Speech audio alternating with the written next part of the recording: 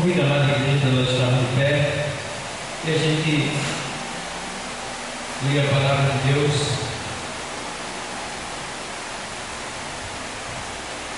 Quero ser breve. Abre tua Bíblia em Mateus, capítulo 5.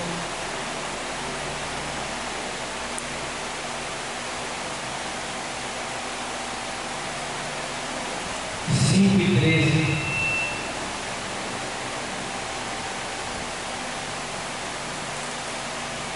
Mateus Evangelho 5 e 13 diz assim o texto sagrado: Vós sois o sal da terra.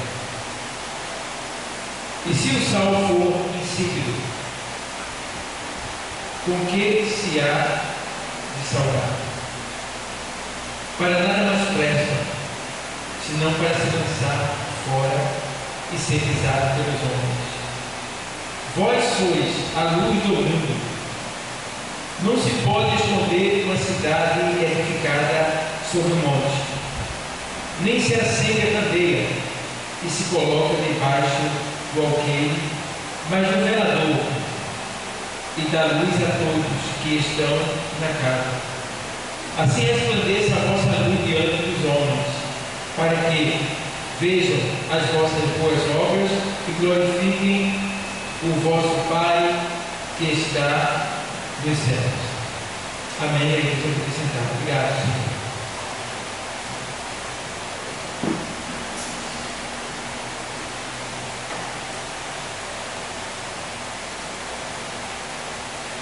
Amados, nós lemos o texto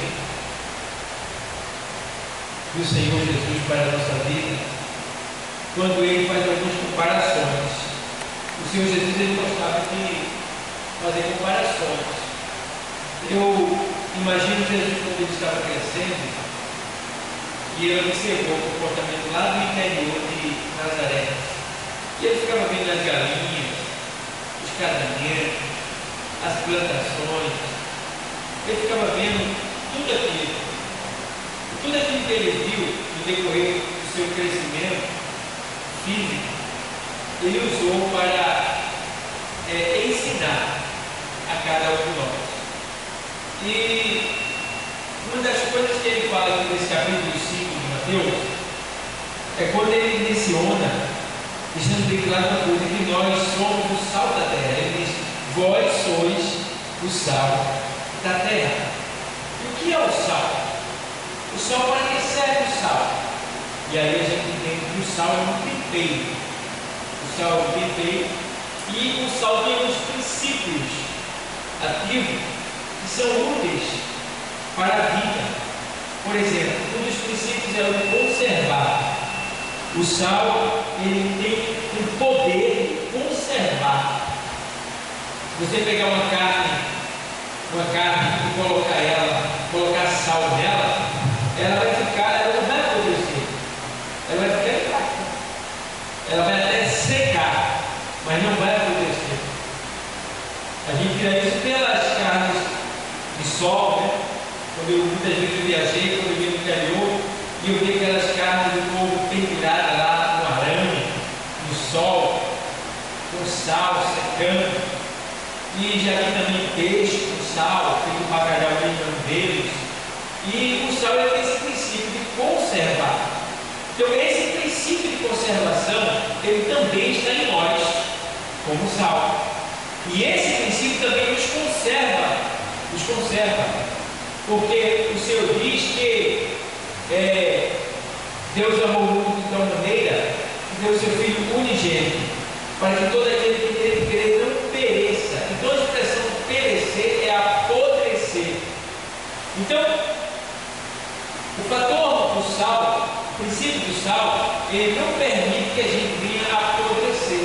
Vê bem, por que não? Porque a gente tem a palavra de Deus. A palavra de Deus, ela é o alimento da nossa alma, da nossa vida. E essa palavra, ela nos renova, dando firmeza ao sal que está em nós. E aí a gente observa que quando ele diz: olha, vós sois o sal da terra, exemplo, o que é que o sal provoca quando ele é colocado na boca? Quando se prova ele, o sal ele provoca sede. E quando você tem sede, o que é que você tem vontade de fazer? Tomar água. Então, Jesus deixou bem claro que ele é a fonte da água da vida. Se nós, como salvos, mantermos esse princípio ativo, as pessoas que se aproximarem de nós, elas vão sentir sede. Sede de tomar desta água, que se chama o quê? Jesus.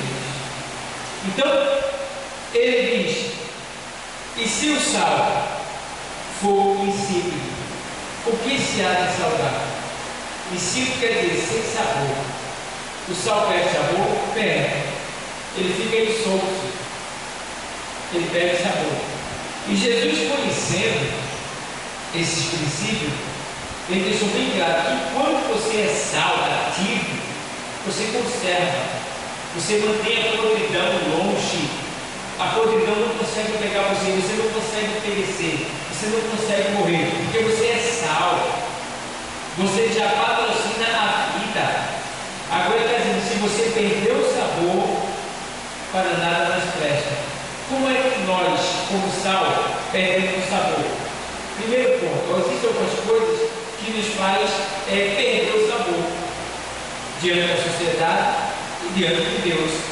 Uma delas é falta de perdão.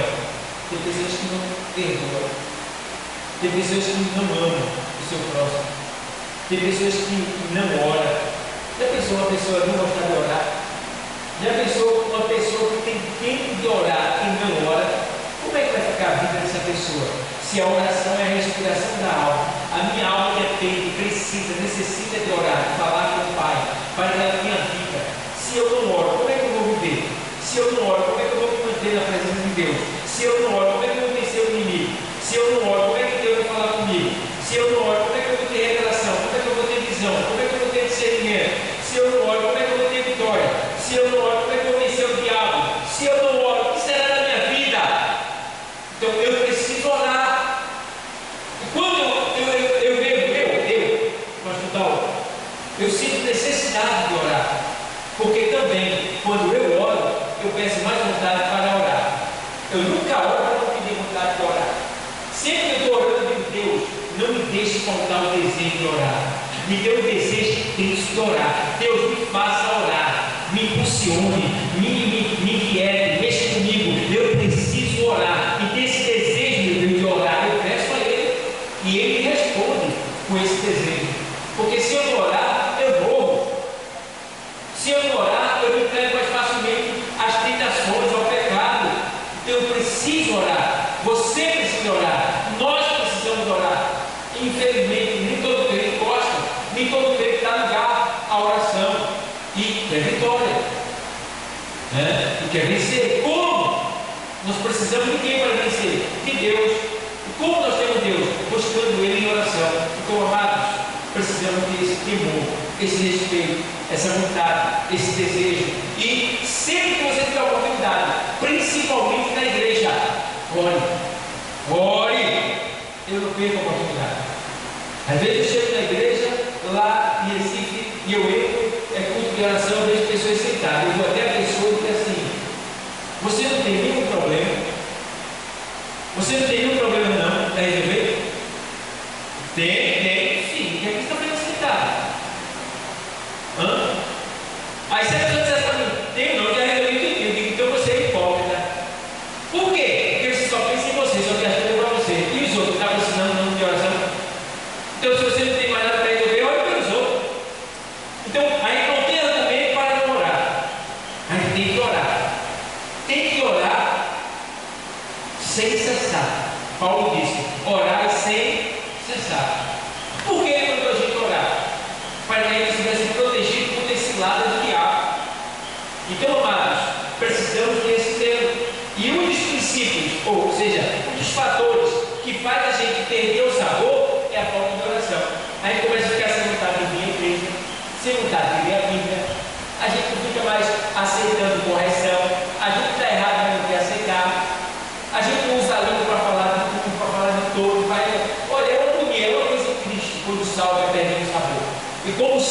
nós precisamos manter esse sabor.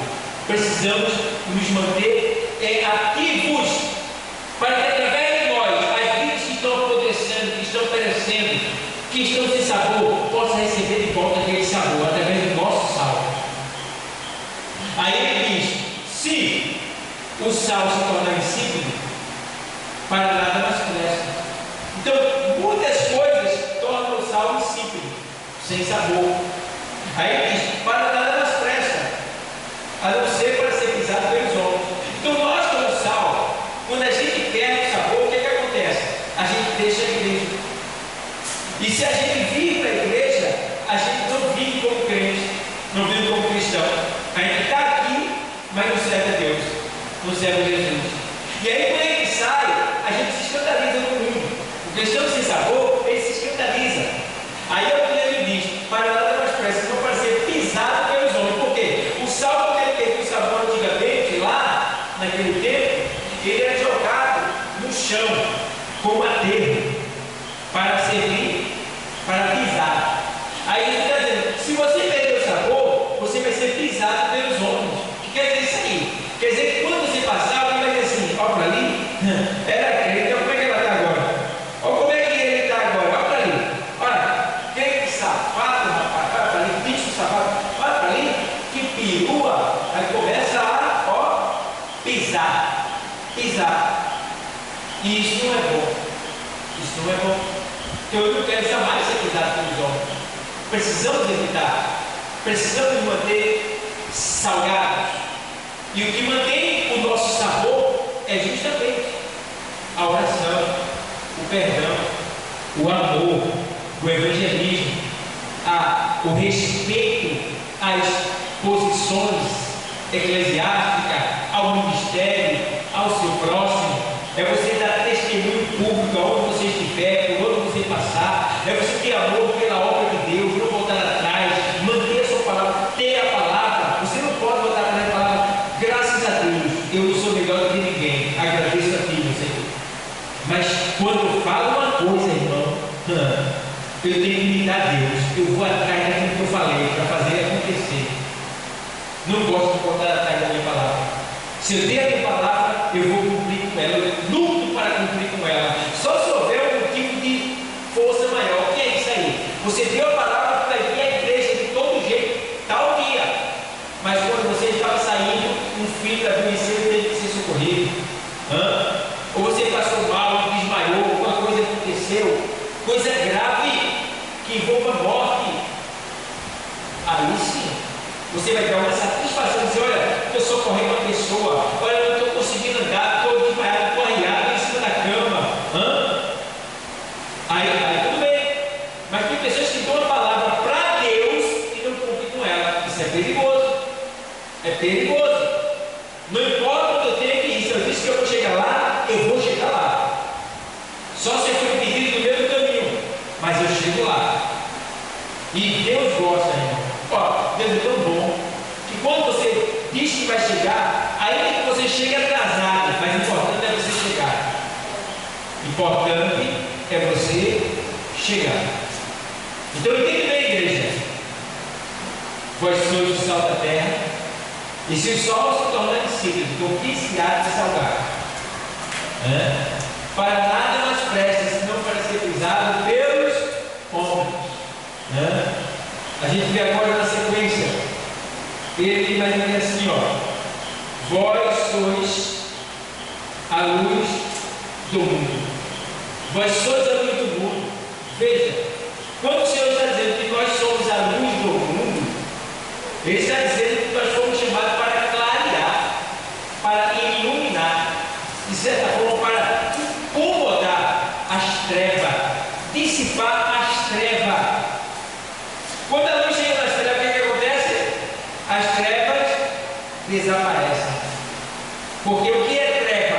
Ausência de luz. O que é treva? Ausência de luz. Aonde não há luz, as trevas prevalecem. E nós, o Senhor está dizendo que nós somos a luz do mundo. Então, aonde eu chego, eu dissipo as trevas. E o que é treva, biblicamente falando? Pecado. Treva é a opressão,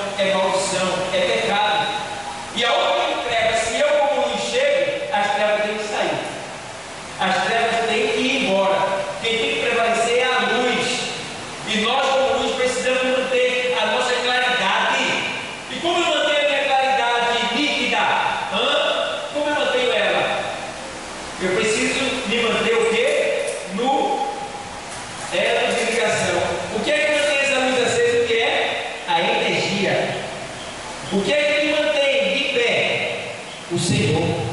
Ele é a nossa energia, Ele é a nossa força, Ele é o nosso poder. É Ele que nos mantém acesos, é Ele que nos mantém de pé, é Ele que nos mantém iluminando.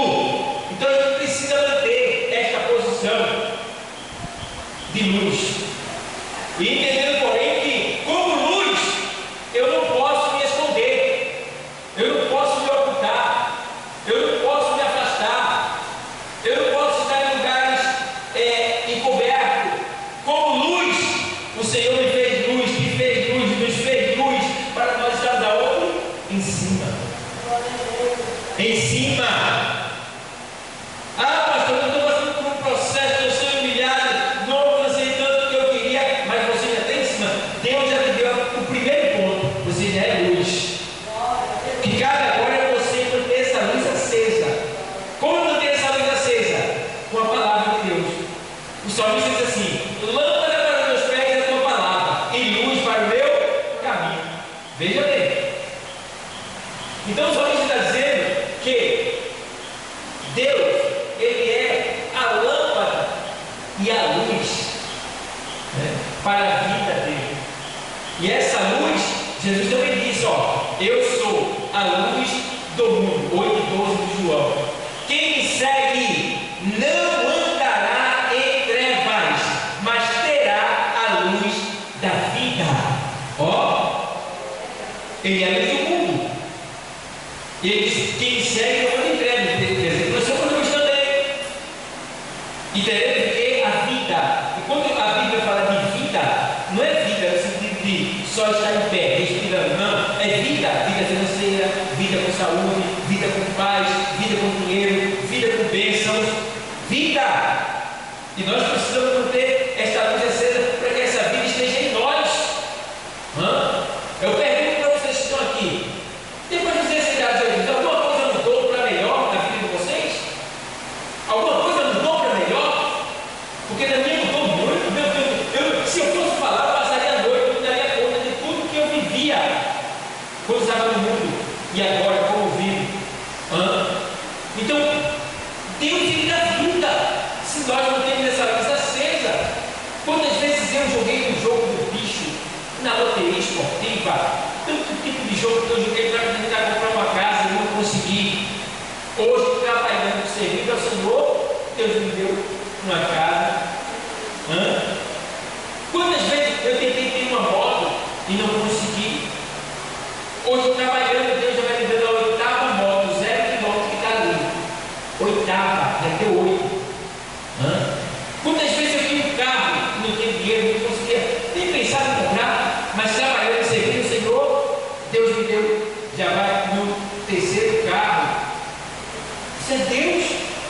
É só você se manter no caminho, sendo luz, mantendo-se ativo como sal, e as bênçãos vão vindo. E você vai desfrutando pouco a pouco daquilo que Deus tem de melhor para nos dar.